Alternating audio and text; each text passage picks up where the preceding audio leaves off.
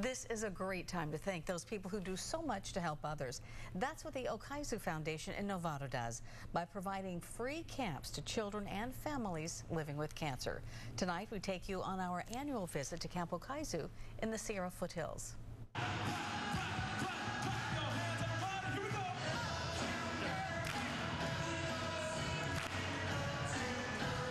Lunchtime at Camp Okizu is a big party for kids living with cancer. They don't have to feel self-conscious about the obvious damage to their bodies from their illness and the treatments they have to endure to save their lives. Here, it's about fun and friendship. Each child has his or her own counselor to watch over them and give them moral support. I got it when I was about 6 months, I think. I had medulloblastoma, a brain tumor. So you were 14 at the time? I think 13. 13? Yeah. So what was that like for you? It was devastating. My first thoughts were, was I going to die? Nick says he loves the fact that he can talk about what he's going through with somebody who understands. It's not like you go walk around town and people stare or they can't understand how you were. And here you go, oh, you got a porticast, so do I. Well, I had a brain tumor. Luckily not have. This is 11-year-old Kayla's first summer with Camp Okizu. She was paired up for this week with counselor Tanya Hockey. She knows what Kayla's going through. Tanya was diagnosed with cancer at the age of 6. She is now 22 and a proud survivor. I was diagnosed with histiocytosis, so I started coming to camp, family camp, and then summer camp. What is that? Histiocytosis is a blood disorder. It's related to leukemia. Tanya is one of the many campers who become counselors at Camp Okizu. It's located in the Berry Creek area past the Orville Dam in Butte County. Camp Okizu offers oncology and siblings camps, teen and young adult programs, family weekends, and bereavement programs. I think it was a wonderful experience growing up. It's definitely helped shape me to who I am today. And now that I can give back and help the kids have a great summer, that's all I can ask for. Tanya's brother, Cisco, started coming to Camp Okizu's siblings camp after she was diagnosed.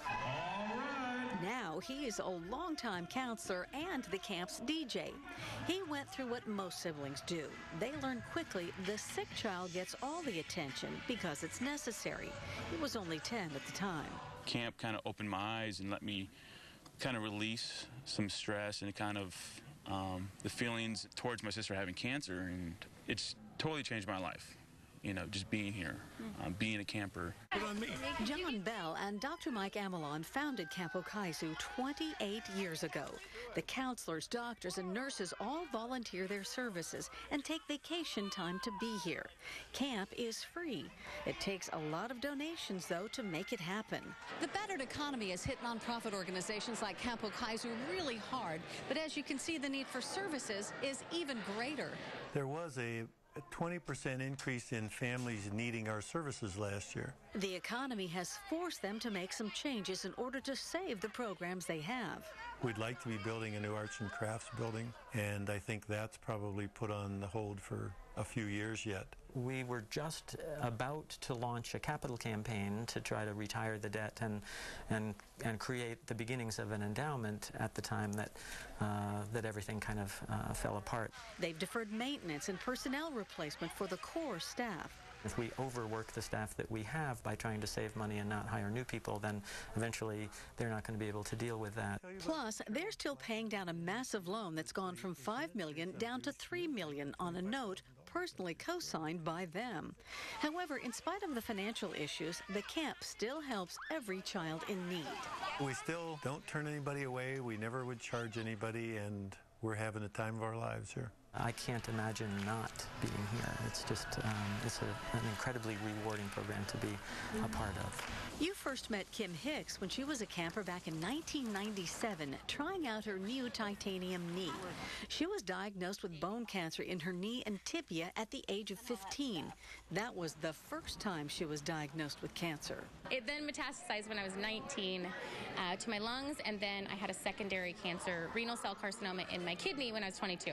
And now it's been 6 years since anything, so pretty much very optimistic as far as, future and all of that. Kim became a camp counselor. Her multiple battles with cancer and her time at Okizu motivated her to apply to medical school to become a doctor. If I can be the counselor that made them feel better or kind of boosted their self-esteem during treatment, then my job is done. It's awesome. I want to come here every day of the year. It's so fun. I wish it was open every day of the year. Camp Okizu rocks.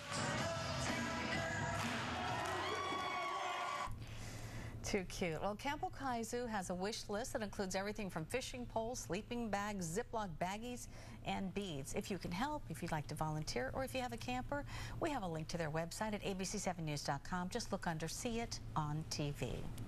And I second that. Camp Okizu rocks. It does.